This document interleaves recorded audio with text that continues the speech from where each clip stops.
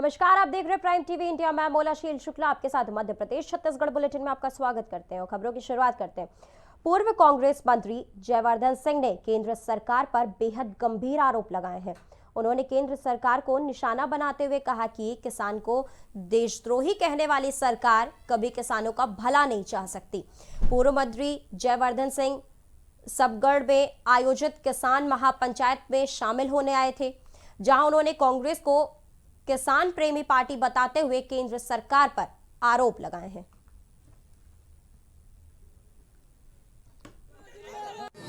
जो किसान जो इस देश का अन्नदाता है, उनको भाजपा सरकार देशद्रोही कह रही है और उल्टे जो दलाल हैं बीच में वो देशभक्त हैं। यही भाजपा का हमेशा खेल रहा है। भाजपा इतिहास गवाह है। भाजपा की सरकार जब भी रही है तो नुकसान हुआ है किसानों का, और इसीलिए आज कांग्रेस पार्टी की कार्यकर्ता, कांग्रेस के नेता सबलगढ़ में महापंचायत कर रहे हैं किसानों की, क्योंकि हम पूर्ण रूप से किसान।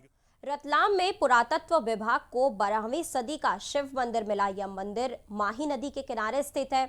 पुरातत्व विभाग में मिली जानकारी में पता चला है कि मंदिर का कुछ हिस्सा पहले ही मौजूद था, जिसके बाद वहां खुदाई करने पर पूरा शिव मंदिर निकल आया है।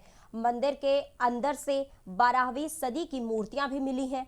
विभाग द्वारा कहा गया है कि मंदिर के पास 2 और ऐसे ही मंदिर मौजूद हैं, जिनकी खुदाई जल्द शुरू की जाएगी।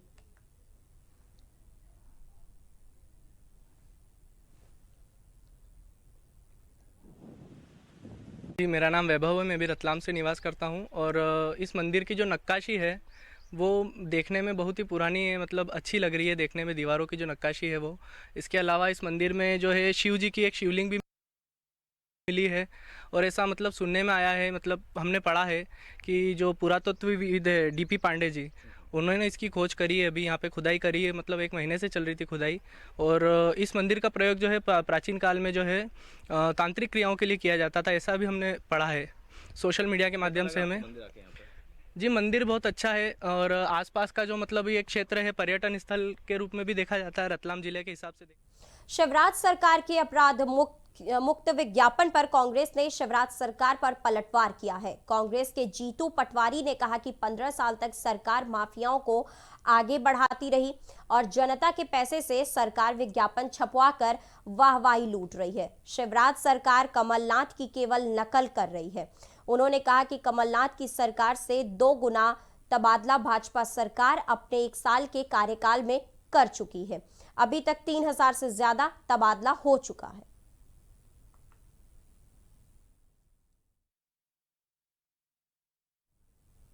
नागदा की वार्ड संख्या 24 पे एक गरीब बस्ती है, जहां आज भी गरीबी काम को तरसते हैं। उस इलाके में ना तो नालियों का कोई निकास, बिजली के पोल, स्कूल और आंगनवाड़ी के साथ साथ शौचालय का भी कोई व्यवस्था नहीं है। हैरानी की बात तो यह है कि इन गरीबों के लिए लगाई गई पानी की टंकियों में भी 3 दिन तक पानी नहीं पहुंचता है।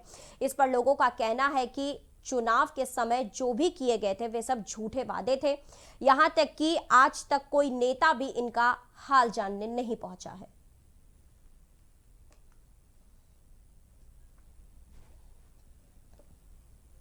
समान थाना क्षेत्र में करीब आधा दर्जन बदमाशों ने एक दूसरे पर हमला कर दिया। घायल कार चालक ने बताया कि हम लोग फोटो शूट करने जा रहे थे।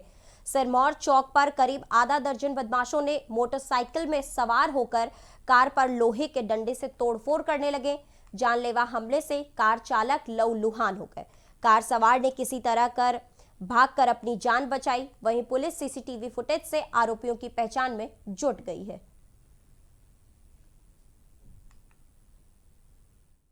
यहाँ पी के स्कूल तक मतलब बहुत सारे लड़के थे तो डंडे लेके मारने लगे, कांच उच गाड़ी का तोड़ दिए। पैसे भी बहुत तो उसमें पैसे भी पता नहीं किस उठा लिए होंगे वही लोग, और बहुत मारे हम लोग को चाकू से, और राड लिए थे, बड़े बड़े राड से मारे। ग्वालियर में इनकम टैक्स और एंटी एविजन ब्यूरो ने तंबाकू निर्माता हरिशंकर गुप्ता की फैक्ट्री और आवासों पर छापेमारी कर कार्रवाई की। कार्रवाई जीएसटी के ज्वाइंट कमिश्नर यूएस वेस ने नेतृत्व में ही की गई। तंबाकू निर्माता हरिशंकर गुप्ता अपने नाम से ही हरिशंकर गुप्ता ब्रांड से तंबाकू की बिक्री कर रहे थे। इनकी 3 फॉर्म पर कार्रवाई की गई है। 3 फार्मों पर जीएसटी दल ने छापा मारकर कार्रवाई करते हुए अभिलेख जब्त किए हैं। बिल बाउचर का मिलान स्टॉक से होने के बाद ही संपूर्ण स्थिति सामने आएगी। हालांकि टैक्स चोरी का प्रारंभिक स्तर पर पता चला है।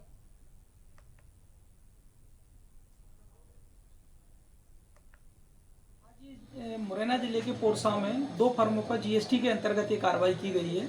ये कार्रवाई ग्वालियर की एंटी इवेजन ब्यूरो टीम के द्वारा की गई है। हमारे संयुक्त आयुक्त यूएस वैस साहब के निर्देशन में ये कार्रवाई चल रही है। पोरसा की 2 फर्में हरी ट्रेडिंग कंपनी और शंकर सुरती हाउस और हेमलता इंटरप्राइजेस, इन 3 फर्मों पे जीएसटी के अंतर्गत जांच की कार्रवाई है। दस्तावेजों को जब्त कर लिया गया है। आगे मिलान करने के पश्चात आगामी कार्रवाई। मोती नाला थाना क्षेत्र के ग्राम लालपुर के जंगल में पुलिस और नक्सलियों के बीच मुठभेड़ हुई।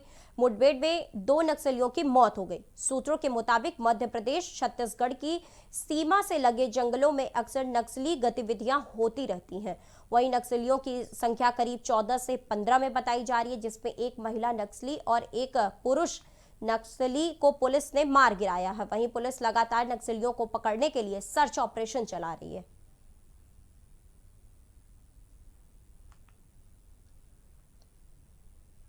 पुलिस ने एक बस में भारी मात्रा में शराब जब्त की है। नागपुर से जबलपुर जा रही बस को जबलपुर बाईपास पर रोककर चेकिंग की गई।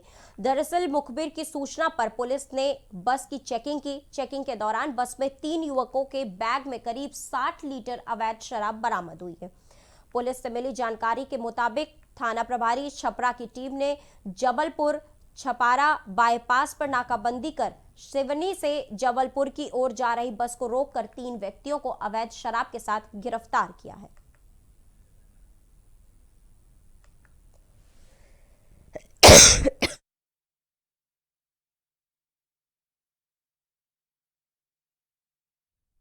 हरदा कलेक्टर संजय गुप्ता ने बाल विवाह रोकने के लिए बड़ी पहल की है। दरअसल बसंत पंचमी पर अधिक विवाह होने की संभावनाएं हैं, जिसमें बाल विवाह की भी संभावनाएं हैं। कलेक्टर ने विवाह में सेवा देने वाले जैसे हलवाई, केटर्स, धर्मगुरु, बैंड, रिश्तेदार, नातेदार सभी को अपील की है लड़के या लड़की का जन्म प्रमाण पत्र में देखकर ही विवाह में सम्मिलित हो।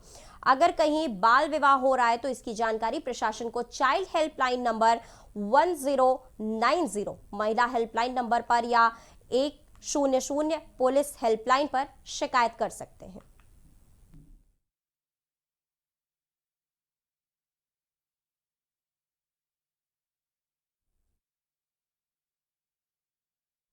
एसडीएम कविंद्र कियावत ने राजगढ़ जिले के विभिन्न राजस्व न्यायालयों का निरीक्षण किया। साथ ही कियावत ने विभिन्न स्वास्थ्य केंद्रों का निरीक्षण भी किया। नरसिंहगढ़ तहसील कार्यालय के निरीक्षण के दौरान स्मार्ट रिकॉर्ड रूम और सामान्य रिकॉर्ड रूम देखे। रिकॉर्ड रूम में रिकॉर्ड व्यवस्थित न पाए जाने पर नायब नाजिर राम प्रसाद सागर को एक वेतन वृद्धि रोकने का नोटिस दिया गया। वहीं स्वास्थ्य केंद्रों का निरीक्षण करने ग्राम कोटरी कला पहुंचे, जहां उन्होंने आरोग्य केंद्र का निरीक्षण कर प्रसव सुविधा प्रारंभ होने के लिए स्टाफ को शुभकामनाएं दी।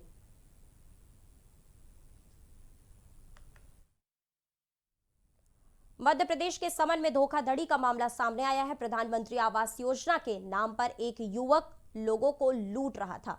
मामला समन थाना इलाके का बताया जा रहा है, जहां एक युवक ने 140 लोगों को धोखाधड़ी का शिकार बनाया।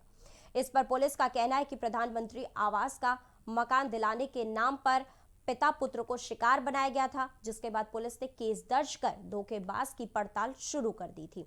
आरोपी युवकों को गिरफ्तार कर लिया गया है। फिलहाल आरोपियों से पूछताछ की जा रही है।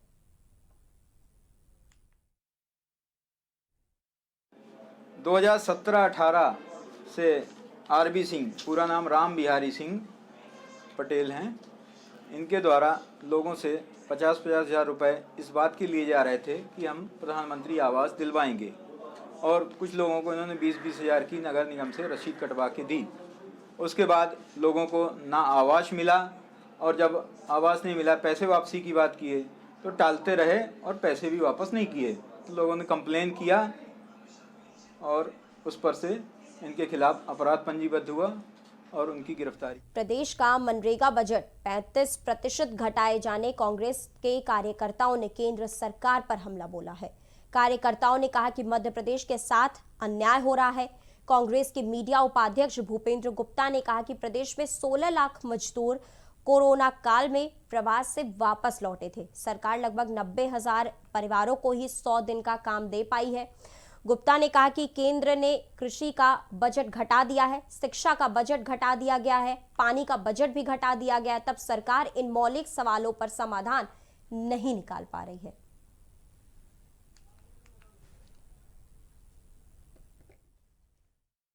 प्रशिक्षण खेलने की बजाय मध्य प्रदेश की सरकार को इस बात का जवाब देना चाहिए कि मनरेगा का 35% बजट घट गया है तो रोजगार कैसे मिलेगा।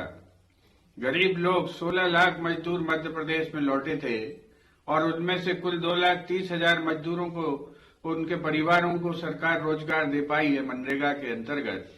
तो ये झूठ जो है, ये 12 लाख बचे हुए जो है 13 लाख लोग, इनके घरों में क्या हो रहा है, क्या सरकार ने इसकी फिक्र की है। मध्य प्रदेश छत्तीसगढ़ बुलेटिन में फिलहाल इतना ही, लेकिन प्राइम टीवी के साथ आप लगातार बने रहिए।